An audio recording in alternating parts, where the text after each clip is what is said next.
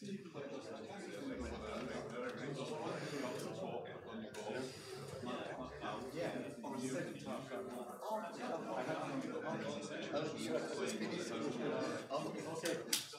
guys, we'll begin the second talk.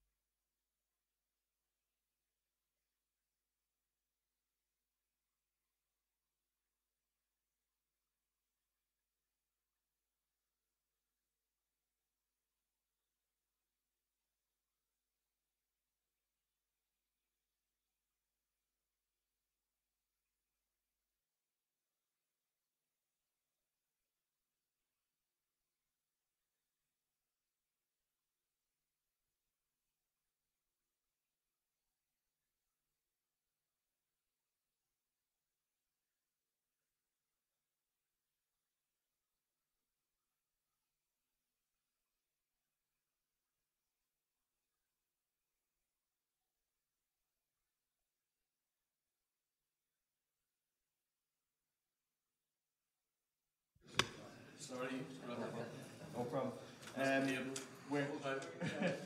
We have a second talk now with Father Stephen Quinn, and afterwards the Crucio guys will be giving us a final. And Father is going to take some time just to bring us through a talk on what does the Church of the future look like. And thank you very much for your time and for views looking around Ireland. And we'll let you go ahead. Right. Well, that answer is beyond my power to answer, or that question is beyond my power to answer. But we'll look at what somebody of wiser wisdom than I have said. We'll begin with the scriptures. We'll begin with the book of Revelation. And then I saw a new heaven and a new earth. The first heaven and the first earth had disappeared now, and there was no longer any sea.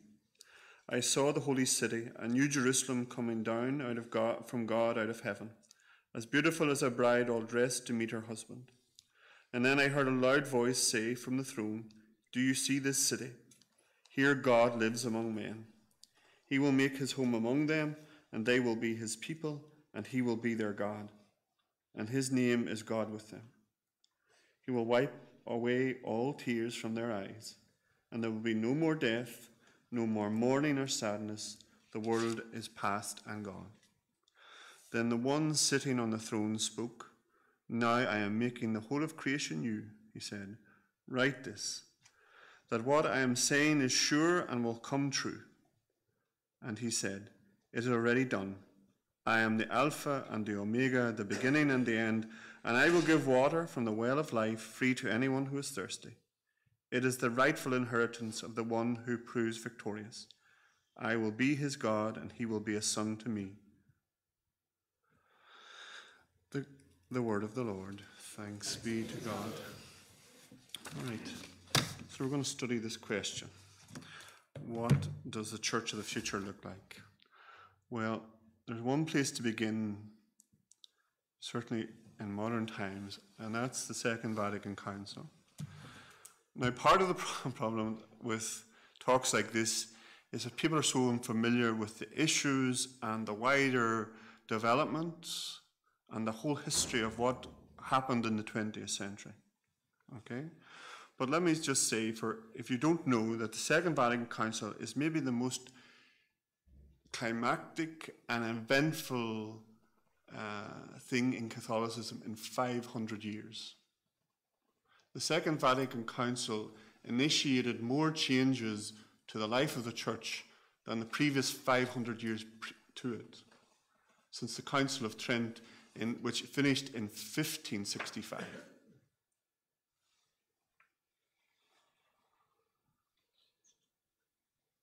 In that council, changes affected the liturgical and devotional life. Maybe it's the first time in the history of the Church, the liturgy and the devotional life of the people was something that was discussed. It wasn't all the nature of Christ or the nature of the Trinity or what makes up the Bible or dealing with Protestants. It was about the life of Catholics living in the middle of the 20th century. What is that? And maybe the biggest change was the change in the structure of the Mass and the language in which the Mass was recited in. And I use the word break, and that's a mistake, because that's the thinking of people who saw the council as a break in the tradition of the Church, or as a break with what had gone before, that we were starting something new. That's a wrong interpretation of the Second Vatican Council. But the changes that were brought in with, you would not have believed, I've spoken to people who actually were at the council, the aspirations and the positivity and optimism of the participants in the council was off the chart. They thought that this was a real moment of renewal, and it is. It is. Because bishops all around Europe started opening new seminaries, believing that there would be a glut of vocations. You go through every city in the world, probably in Europe, and there'll be a new parish and a new church built in every single suburb of a city in the years just after the council, waiting for the great crowds who they thought would be brought in by the changes, by the attraction of the faith that they thought they would see. And it wasn't to be. It wasn't to be. And in fact, this young man was the first to put the question to the church: what happens if the reforms that were brought in, the changes that came, were not received in a spirit of faith by the people, but in a spirit of unbelief? What would happen to all the plans? What would happen to all the ideas? What would happen to all the changes if it was received not in faith, but in disbelief?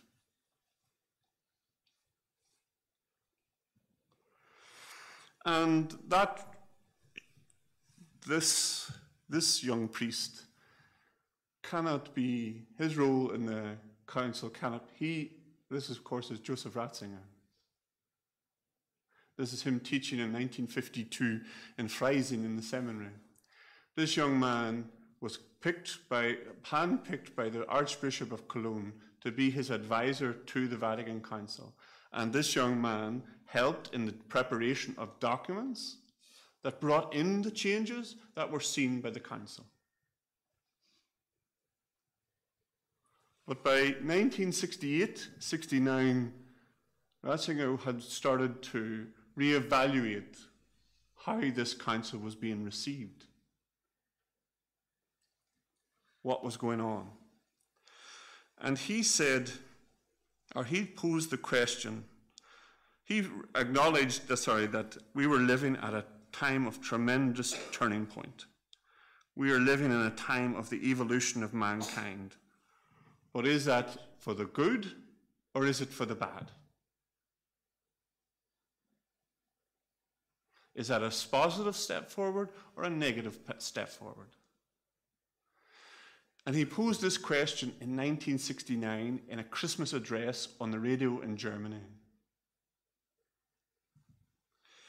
And he said there's a danger that all the optimism that came after the council was about progress. It was people who had been touched by the idea of progress, that the world is naturally moving, history is naturally moving to its right end.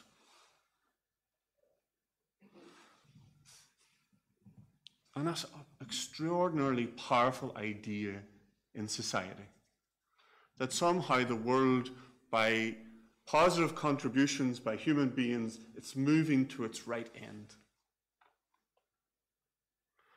But Ratzinger in this talk likens progress to do you ever hear the fable of Daedalus and Icarus? Daedalus and Icarus were the guys who, with wax and feathers, created wings to fly. And what happened to Daedalus and what happened to Icarus? He flew too low to the sea, and then he flew too high, and the sun melted the wings, and they fell away. All his optimism gone. All his false belief of what he was capable of gone. Crashed into the sea. And the church has to be careful that it isn't working to the same idea as Icarus. That somehow, through positive rules by different people, or by positive ideas, or by are thinking about human, and always in human terms, that we will move naturally to the purpose of God. Not necessarily so. Not so.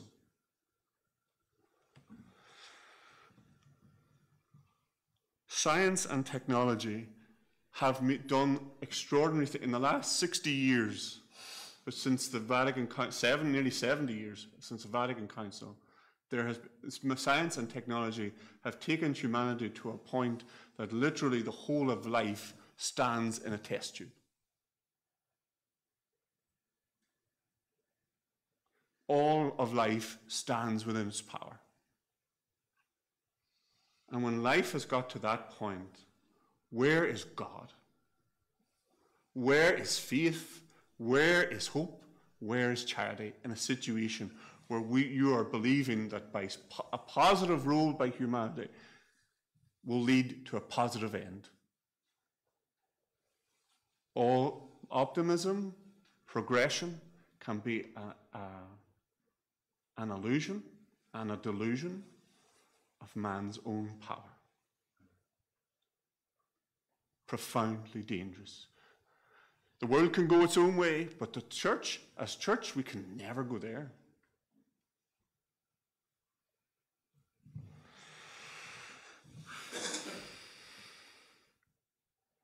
Only people who live by the faith of the church will be able to participate in the future of that church.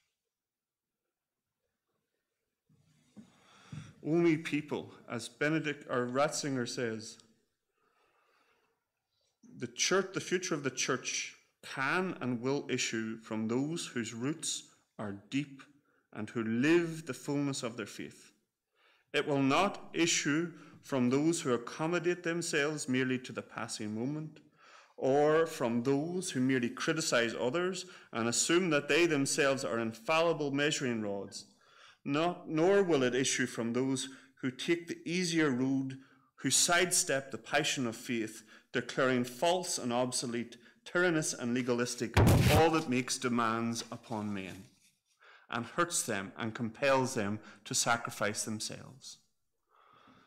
Think about that point, right? Just listen to that. It will not issue from those who accommodate themselves merely to the passing moment, who merely criticize others, and who assume that they themselves are infallible measuring rods. Nor will it issue from those who take the easier road, who sidestep the passion of faith, declaring false and obsolete, tyrannous and legalistic all that makes demands upon men. Think about what has happened since the council.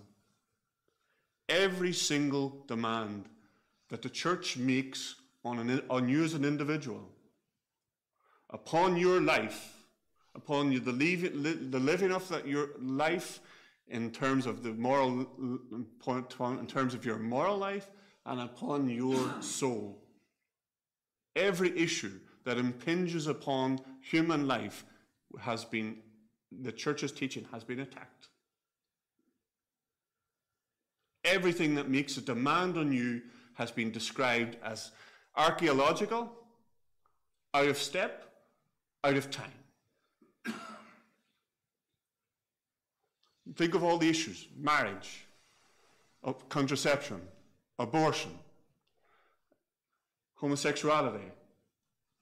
All these issues, one after the other, have all been simply pulling apart the demand that the gospel makes on each one of us.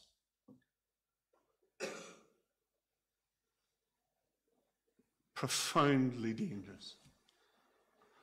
Especially for people who claim to be in the church of the one who said, "He who would lose his life for me will find it."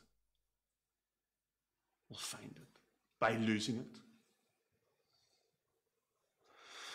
From the high hill of 2023, you can see how prophetic this message in 1969 is. He foresaw it all. One after the other, these issues, any demand on your apostleship, on your life, get rid of it. Not worth anything. But all the time, you are diluting. All the time, you are compromising, but you're not compromising the church or the faith, you're compromising yourself.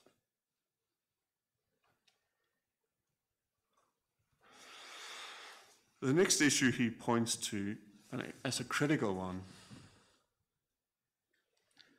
is an idea of what is the church? Okay? And he attacks an idea. He attacks this idea of, it means the big talk of those who prophesy a church without God, without faith. It's all empty chatter.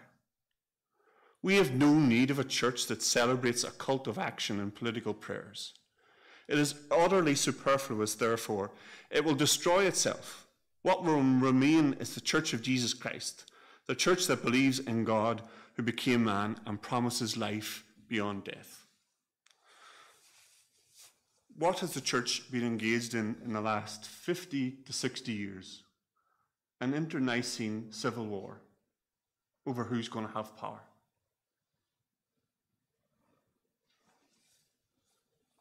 We've been fighting ourselves over what the church is. Those on the left want us to adapt.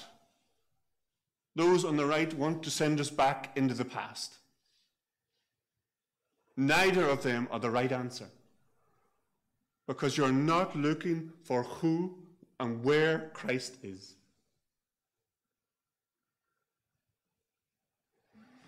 The church is the church of Jesus Christ, not ours. Not to be fought over and have a civil war with my neighbour. It's Christ's church.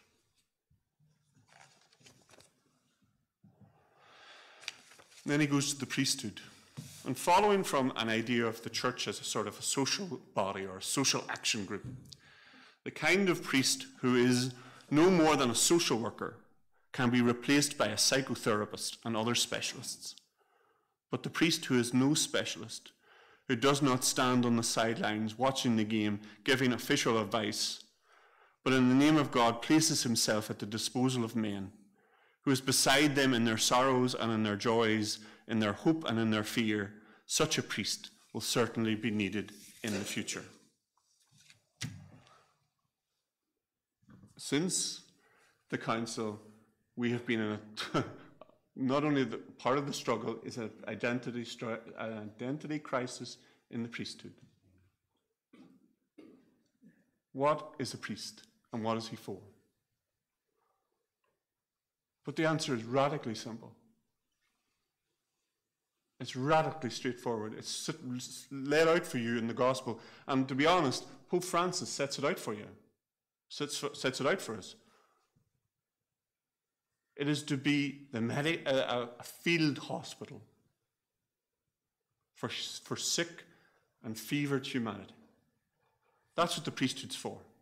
The priesthood is the tent in which people will be treated.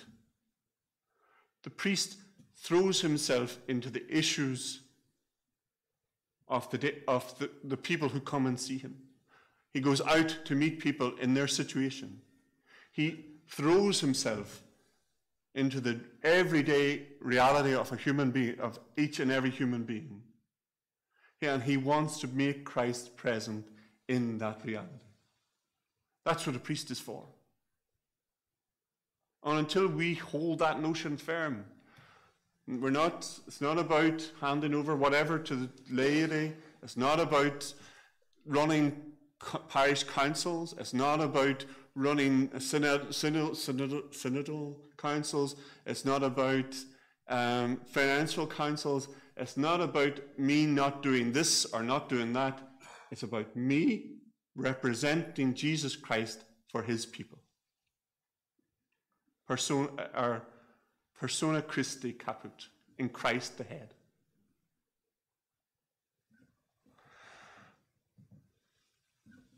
Now the depressing news.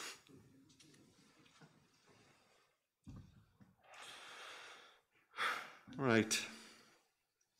He talks now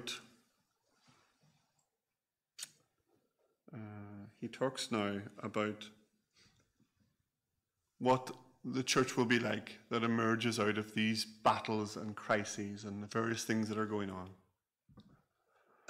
From the crisis of today, the church of tomorrow will emerge, a church that has lost much. Okay? My goodness, we have seen that. And we're not even at the end of the process yet. We don't know how far that loss is going to go. None of us. And none of us are ready for it. We're still busy talking. My problem with the synod is we're talking about talk. We're not dealing with the reality. We're not getting to grips with what is it that Christ is asking of us right now. We're talking round the matter, not to the matter. And we have to get ourselves into this headspace that can accept the loss. Because the loss isn't a bad thing, because a lot of the flab that is built over centuries has to be taken away. A church, she will become small. You're talking maybe being 3 parishes in the whole of Derry City within 10 years. And I'm not kidding. I have been at meetings of priests where they're talking about making Ireland a missionary territory rather than a church that has to run under the whole parochial system. And that maybe would be good for us. That we go back to just simply focusing on sharing the gospel. But that's going to take some pain of getting used to. 3 churches in the whole of Derry. And maybe not even that. And there's going to be loss and pain and suffering. But we give that to God. Because that is what we have to go through in order that the church be purified and ready for the next step. So much sin, clerical sexual abuse, is a blight and a sin that has reached in and damaged the priesthood. And it has to be made, we have to make reparation for it, and we have to repair the damage.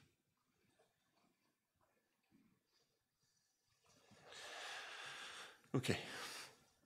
As the number of her adherents diminishes, so she will lose many of the social privileges. So all the charity status, all that will have to go. In contrast to an earlier age, she will be seen as a... Now, this is where the positive starts again. In contrast to an earlier age, she will be seen more as a voluntary society, entered only by free decision. One of the great things about the situation each of us live in now is that we have to choose Christ. I think that's, Benedict is right on the, hit the nail right on it, hit the hammer on the nail. He had ripped that as where God has been pushing all this time. He's sick to death of social convention, of people just going along through the sacramental system and it not changing them, not touching their life, not touching their heart, changing their existence, who they are and what they do. He needs men, women, children to choose. And at the heart of the church in the future is that choice. And that choice will bring life, not death.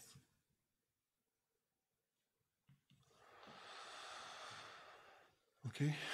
As a small society, she will make much bigger demands on the initiative of her individual members. That if you want to make that decision, you have to realize that this isn't just a decision to sit in the pews. This is a decision to be a disciple.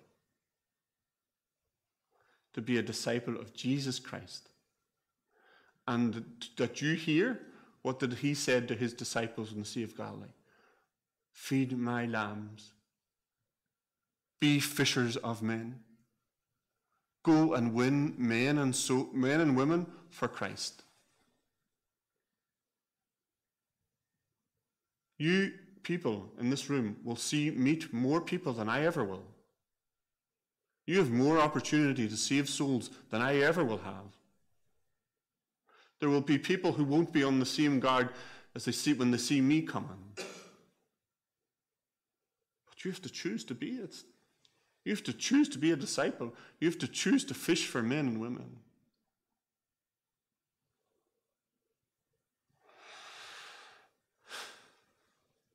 But in all these changes, as one might guess, the church will find her essence afresh. And with full conviction in that, which is always at her center, faith in the triune God, in Jesus Christ, the Son of God made man, in the presence of the Spirit until the end of the world, in faith and prayer, she will again recognize her true center.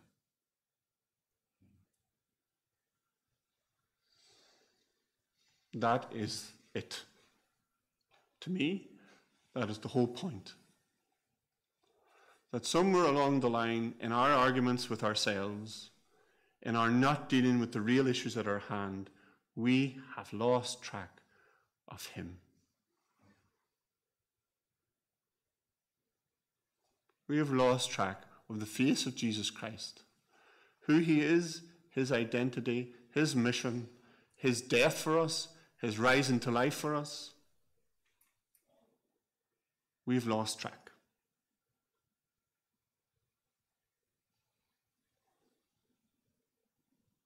And it's the flipping thing that matters the most. It's the only thing that matters. Somehow we have managed to take the heart of the church and managed to roll on.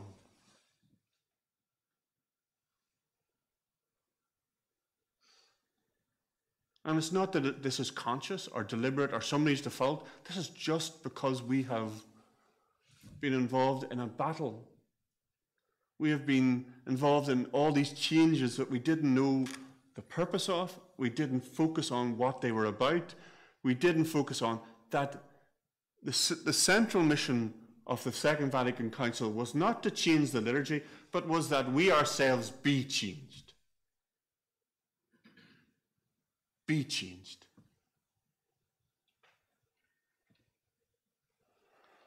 That was the council. That was what the hope. This is Paul VI leaving the Second Vatican Council for the last time. This was the closure of the Second Vatican Council. We are still awaiting the implementation of the Second Vatican Council. Behind the Synod, behind so many of the debates, is the same thing: the implementation of the Second Vatican Council.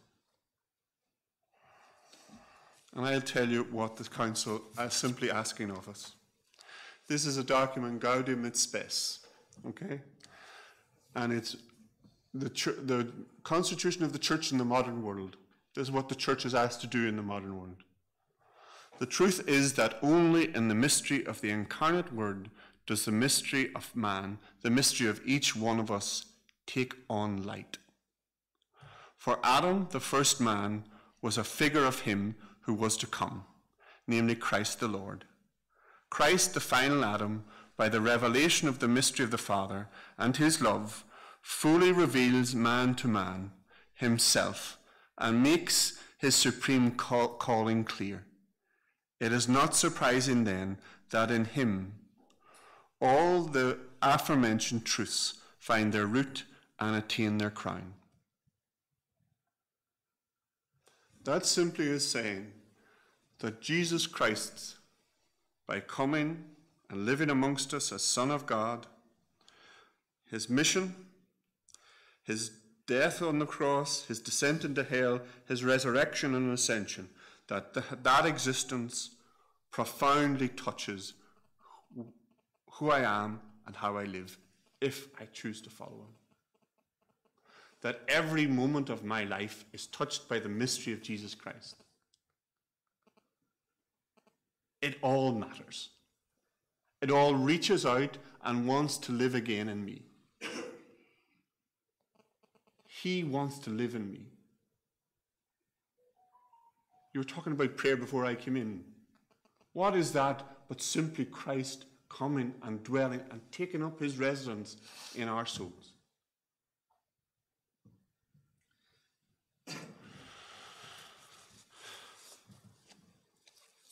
John Paul II talked about a culture of death. And that's what we're in. A culture that celebrates the banal, the mediocre, the culture that celebrates almost like a suicide of culture. And it's only in faith in Christ gives rise to a culture contrary to egotism and death. May the culture of life and love render vain the logic of death. That we are on a one-way path to destruction, to cultural death, to the death of the soul. Who is it that draws us back? John Paul II wrote a beautiful encyclical when he became Pope, Redemptor Hominis. And there he says, man cannot live without love. He remains a being that is incomprehensible to himself.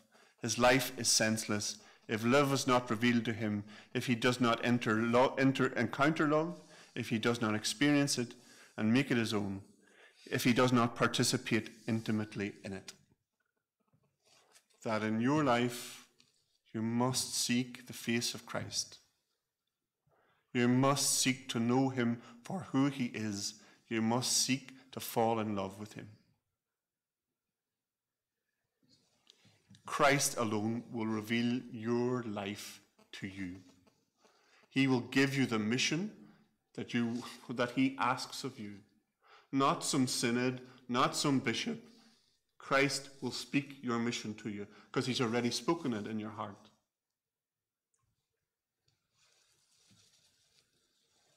he reveals what your life should be. And we'll go back to Benedict. He says, the future of the church in the future, once again, as always, will be reshaped by saints, by men and women, that is, whose minds probe deeper than the slogans of the day, who see more than others see, because their lives embrace a wider reality. Sorry to say to you, gentlemen, each one of you is a saint. You're certainly called to be one. So this one isn't speaking to you. Benedict is speaking directly to you. Your life has to be reshaped by Jesus Christ. You have to be men and women who, men, no women here, who probe deeper than the slogans of the day, who see more than others see, and your life must embrace a wider reality.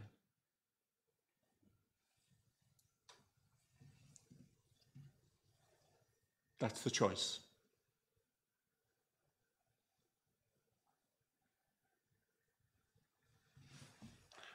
One warning. There was a heresy wave, and this is particularly to those of a conservative bent and a traditional bent. Okay? Because I am myself a traditional Catholic, I am a traditional preacher, and I'm a traditional, in many ways, would be seen as a conservative. But this is a threat. If you don't know what Donatism is, Donatism was a heresy that struck the church at the beginning of the 4th century, after the very last persecution of the church. The worst one came under the Emperor Diocletian. And in that persecution, all places of Christian worship were destroyed. All holy scriptures had to be handed over, and holy books. And all Christians who were found worshipping God were to be put to death. Any priest or bishop who handed over the books was let to go free. Okay?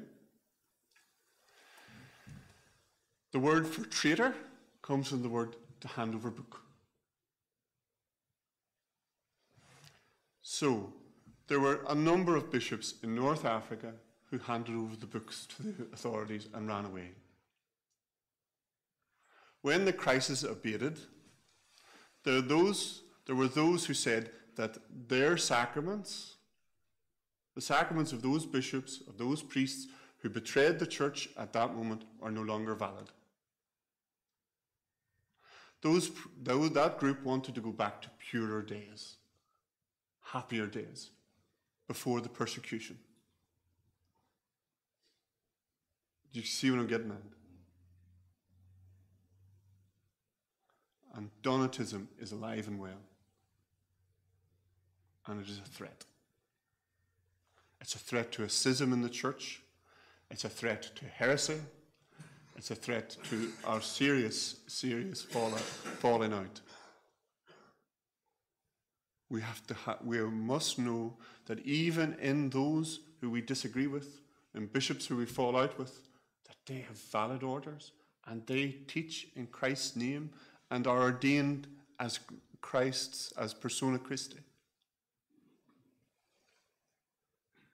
We cannot turn around and say, oh, I don't have to obey him, or he's not valid, or that you can sort of fudge the rule of obedience and then go on and do whatever you want. That's not our church, and that's not the Church of Christ. We have to listen. We have to obey. Just one thing. I want to finish here with this. I want you to watch this maybe for a while and see if I can catch the noise of it. I just want you to listen for it.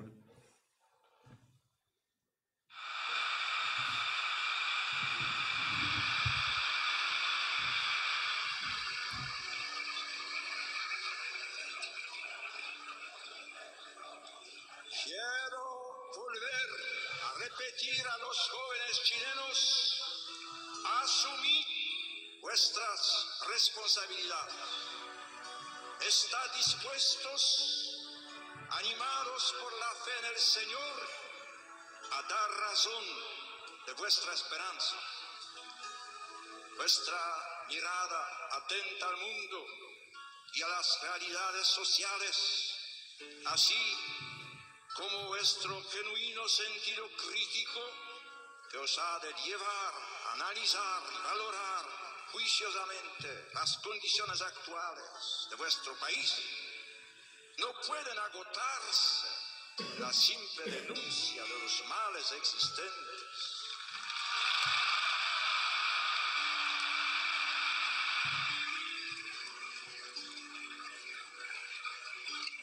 En vuestra mente joven han de nacer y también ir tomando forma propuestas de soluciones, incluso audaces, no solo compatibles con vuestra fe, sino también exigidas por él.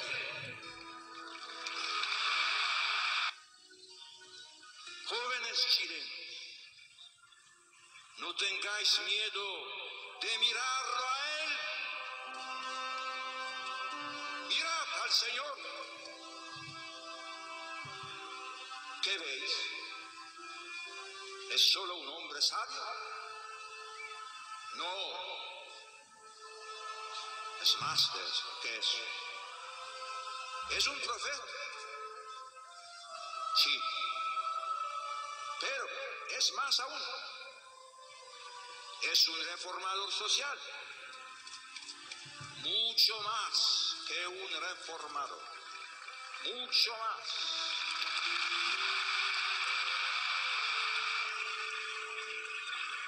Mucho más. Mirad al Señor con ojos atentos y descubriréis en él el rostro.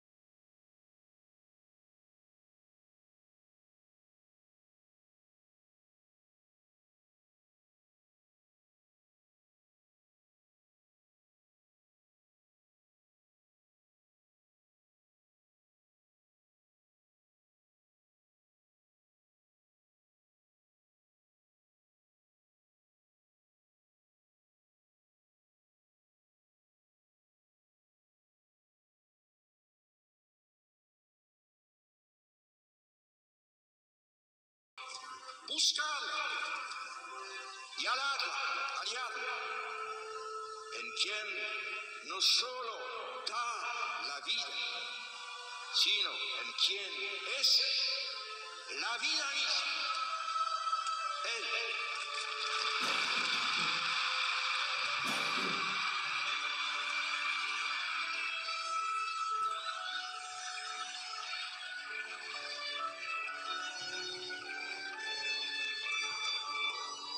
Este es, amigos míos, el mensaje de vida que el Papa quiere transmitir a los jóvenes chilenos.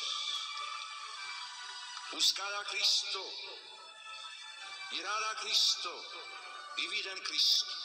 Este es mi mensaje.